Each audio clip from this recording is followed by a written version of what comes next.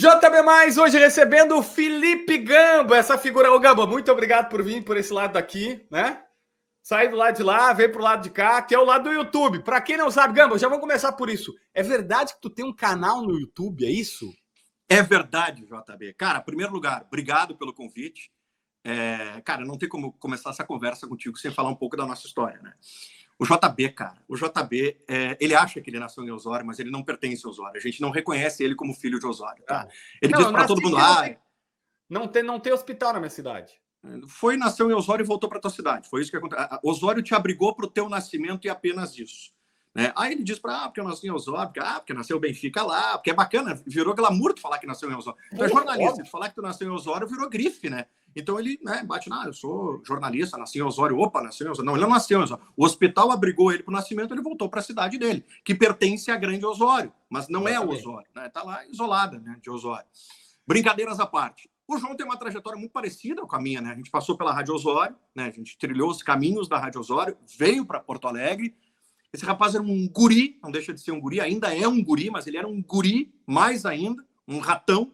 Veio para Porto Alegre, queria conhecer, né, as estruturas das rádios em Porto Alegre, queria conhecer os estádios. Eu trabalhava na Rádio Guaíba à época, a gente conversava muito lá. Sempre foi o sonho desse cidadão aqui, ó, que hoje é uma estrela no YouTube, trabalhar com jornalismo esportivo desde sempre.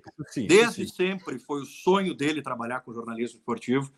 E é muito bacana, cara, assim, a gente, né, ter os nossos caminhos agora se cruzando novamente. E agora eu pulei o balcão, né? Fui para o outro lado do balcão agora. Agora eu passo a ser um integrante dos canais de YouTube. Eu passo a ser um YouTuber nesse momento, desde o dia 10 de abril, quando coloquei no ar o meu canal, JB. Então, vamos lá, tô aberto aqui para todas as perguntas que tu quiser fazer.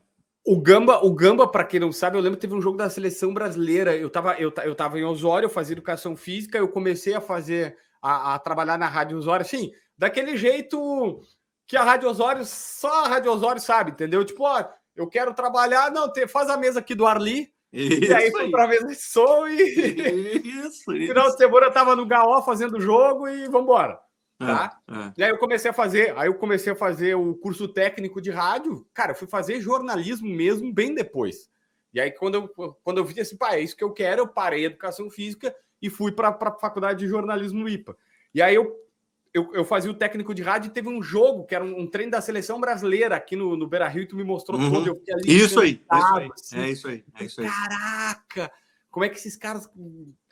Enfim, depois vira trabalho, né? Mas na época o olho brilhava mais. Mas, ô, Gamba, vambora! Tu tá com um canal do YouTube, me explica a tua proposta antes da gente falar sobre Grêmio e Inter. Bom, vamos lá. Se inscrevam no canal do Gamba, lá no YouTube, canal do Gamba. Vou contar rapidinho o que é o projeto, tá?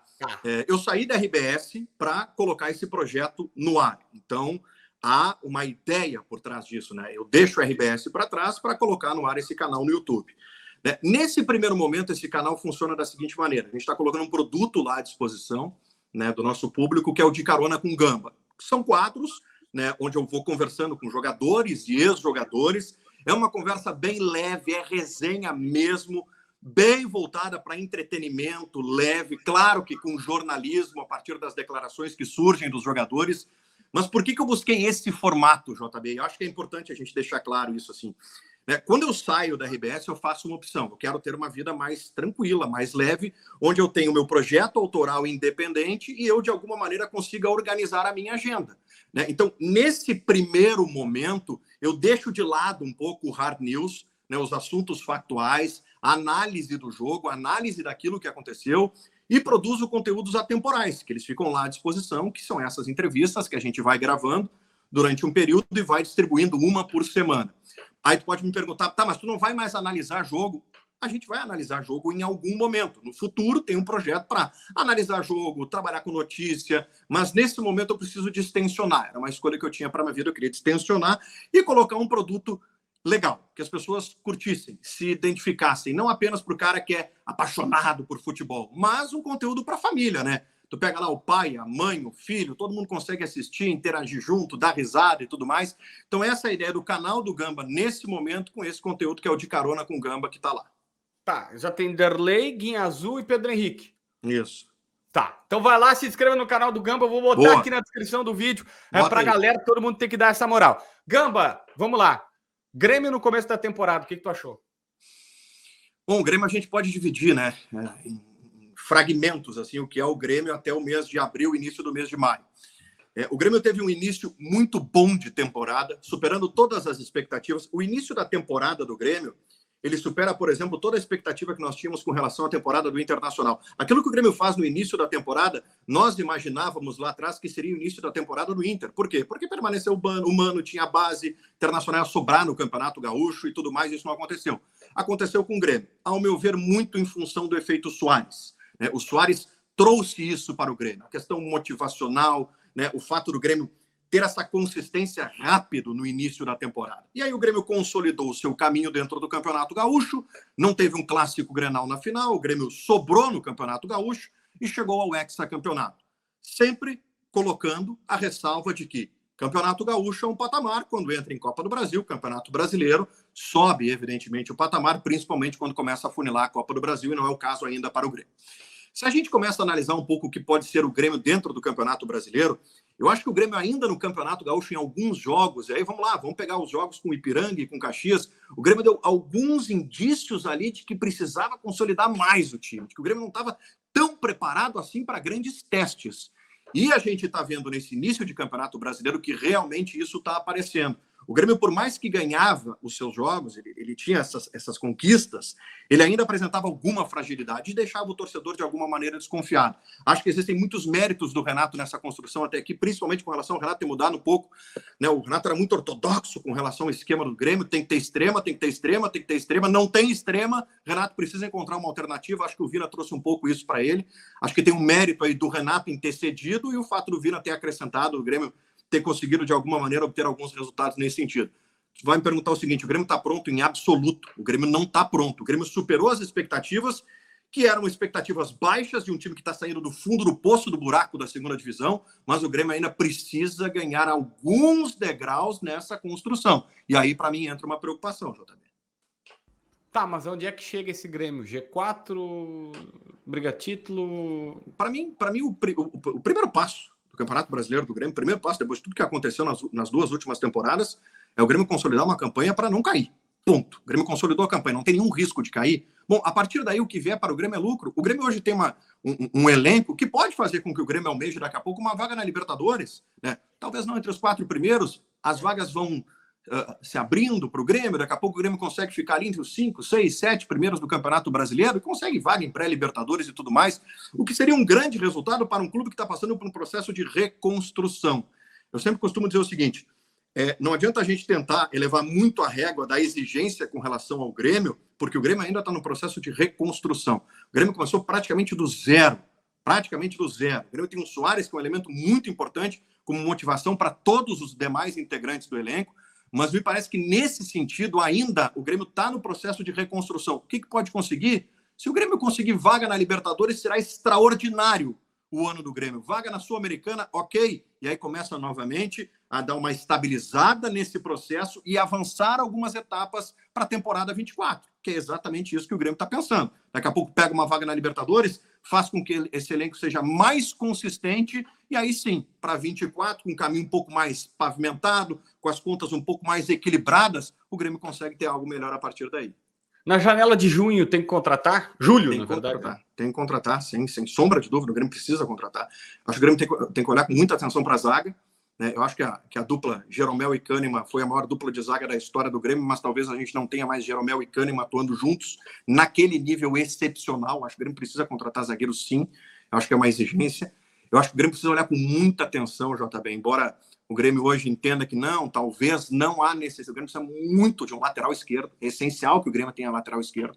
Um lateral esquerdo que seja o dono da posição. E o Grêmio precisa de extremo. O Renato precisa de extremo. O Grêmio precisa de extremo. O Grêmio precisa encontrar esse jogador. Não à toa, o Renato não mediu esforços para tentar o Michael, porque ele sabe da importância que o Michael teria no time do Grêmio. Então o Grêmio precisa ainda de algumas peças pontuais. E aí eu vou te colocar o seguinte. Teve um episódio que aconteceu agora nos últimos dias que talvez vai fazer o Grêmio para o mercado. O Adriel. A questão com o Adriel. Bom, se o Renato não confiava no Breno, se o Renato não confiava no Gabriel Grando, e isso fez com que o Renato alçasse o Adriel a condição de titular, é óbvio e lógico que o Grêmio vai precisar de um goleiro. A menos que o Adriel volte a jogar, que o Adriel consiga, de alguma maneira, reconquistar o seu espaço e a confiança com o Renato, mas caso esse episódio, de alguma maneira, tenha uma interferência emocional e técnica, consequentemente, no desempenho do Adriel, talvez sim, o Grêmio precise olhar também para o mercado para buscar um goleiro. Tua avaliação sobre o episódio, Adriel? Eu entendo o seguinte, eu sempre parto do princípio, JB, que tanto a direção quanto o Renato estão colocando a verdade para o torcedor e para o grande público. Por que eu puxo esse tópico? Pelo seguinte, há uma preocupação do Grêmio como instituição e do Renato como comandante. E aí não falo especificamente do Renato treinador, mas do Renato e tudo que ele representa e a interferência que ele tem dentro do Grêmio. Há uma preocupação, tanto da direção quanto do Renato, com relação ao Grêmio. Preservar o patrimônio do Grêmio. E o Adriel é um jogador do Grêmio. E a partir daí, bom, o Grêmio deu alguns sinais para o Adriel não respondeu ao Grêmio, não entendeu os sinais, foi necessária uma medida drástica com relação a isso. E a partir daí, quem sabe essa medida drástica, ela tenha surgido no momento de impacto consequente, sem dúvida, né, de repercussão, sem dúvida, de abalo nas relações, sem dúvida, mas talvez também como um grande aprendizado para o próprio Adriel. Talvez se essa medida não fosse tomada agora e tornada pública agora, talvez ali na frente seria impossível solucionar o problema, Adriel. Então, ao meu ver, a direção do Grêmio, por mais que tenha sido uma decisão inusitada, que ninguém esperava, raramente os clubes expõem os atletas, por mais que isso tenha acontecido, ainda entendo que foi para o bem do Adriel e para a preservação da instituição Grêmio. O Inter em 23 por Felipe Gamba. Bom, o Internacional em 23 ele começa decepcionando. O Inter, em função daquilo que eu falei agora contigo, a gente tinha uma expectativa enorme com relação ao Internacional. O Internacional tinha o Mano Menezes, o Internacional manteve o seu treinador, que era algo raro para o Internacional. O Internacional tinha uma base, e aí o Inter simplesmente não consegue dar uma continuidade a isso dentro do Campeonato Gaúcho. E como o Inter não consegue conquistar o Campeonato Gaúcho, o que vem à tona? Aquilo que está perseguindo o Internacional desde o ano de 2011, quando fala em títulos expressivos, mas aquilo que persegue o Internacional desde 2016, quando fala em Campeonato Gaúcho. O Internacional precisa de uma conquista, o Internacional precisa de uma taça, o Inter precisa mudar o seu ambiente através de uma conquista. Quando a gente discute que o Inter se abala emocionalmente diante da primeira adversidade, seja ela qual for o jogo ou a competição, tem esse histórico muito pesado. E aí não importa, JB, se o Dourado foi embora, se o Cuesta foi embora, se o Patrick foi embora, se o Denilson foi embora, se o Lombo foi embora, se ninguém está aqui. Se o grupo, né, o núcleo dos derrotados chamados pela torcida do Internacional, se ninguém está aqui. Mas o histórico está aí. O histórico está na instituição. E o jogador que chega, ele sabe onde ele vai, o torcedor cobra. A gente precisa ganhar um título. O cara vai no mercado, o torcedor, e aí a gente precisa ganhar um título. O cara vai no posto de gasolina, o frentista vai falar para ele, cara, a gente precisa ganhar um título. Então, quem chega tem noção, plena noção de que o Inter precisa conquistar um título. E qual era a competição para o Inter conquistar nesse início de temporada? Evidente que era o Campeonato Gaúcho. O Grêmio estava saindo do fundo do poço, o Internacional tinha uma base, e o Inter fracassa no Campeonato Gaúcho. Fracassa. O Inter foi um fracasso no Campeonato Gaúcho. Sequer chegando à final do Campeonato Gaúcho. E aí aqui a gente não tem que ter meias palavras. O Inter fracassou no Campeonato Gaúcho, o torcedor é ciente disso. Só que o Inter não pode se contentar, JB, com grandes vitórias apenas. O Inter precisa de campanha consistente para conquistar algo. O ciclo de grande campanha que leva a Libertadores para o Inter não é mais suficiente. Vaga direta na Libertadores é muito legal, né? O Inter entrou direto na fase de grupos da Libertadores, pegou um grupo em tese fácil, vai passar, vai chegar às oitavas de final, ao que tudo indica, mas o Inter precisa de mais. Tem uma Copa do Brasil, que o Inter apresentou dificuldades no jogo de ida contra o CSA, mas o Internacional, dentro da Copa do Brasil, pode olhar para essa competição como uma competição que pode ser conquistada. Uma competição de mata-mata, uma competição eliminatória, mas transmite essa confiança? Não transmite. Não transmite, porque o futebol do Inter até aqui não transmitiu confiança, não transmitiu consistência. Por que eu falo da questão dos jogos, né? O Inter é o time dos grandes jogos. O Inter contra o Flamengo faz uma atuação excepcional, ganha do Flamengo no último minuto.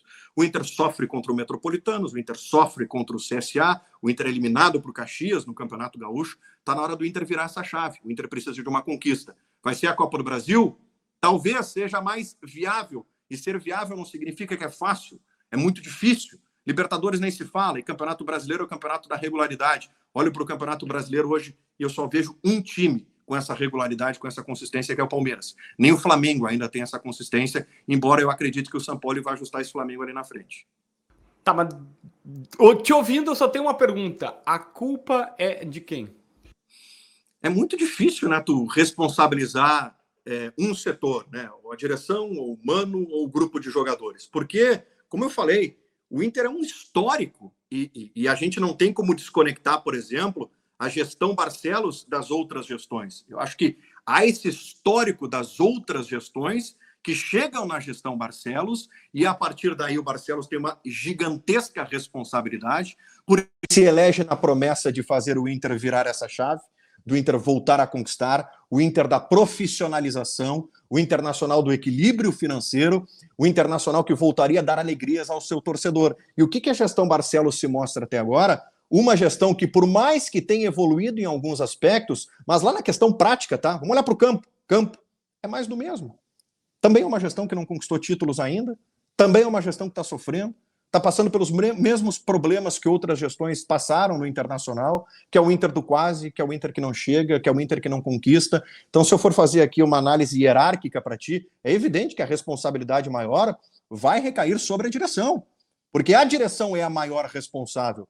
Tem como colocar alguma responsabilidade maior, por exemplo, no trabalho do Mano? No momento, não. Mano Menezes fez um trabalho extraordinário, superou todas as expectativas do ano passado. Mano, decepcionou esse ano, sem dúvida. Tem parcela de responsabilidade no Mano, no Internacional que fracassa no Campeonato Gaúcho. Mas apontar o dedo para o Mano Menezes e colocá-lo como maior responsável por isso, não é honesto nem com o Mano e também não é ter uma leitura daquilo que acontece com o Internacional hoje. Se eu for olhar para o elenco do Inter hoje, o elenco do Inter não é um elenco frágil. O elenco do Inter tem qualidade. Esse elenco tem condições de competir. Tem fragilidades em alguns setores, como qualquer time tem, exceto o Palmeiras que sobra, Flamengo pelo elenco recheado, tem fragilidades, mas tem condição de ter um grupo estruturado para conseguir talvez uma conquista, se não esse ano, num trabalho a longo prazo. Mas, respondendo diretamente à tua pergunta, se for apontar o maior responsável, sem dúvida é a direção do Inter.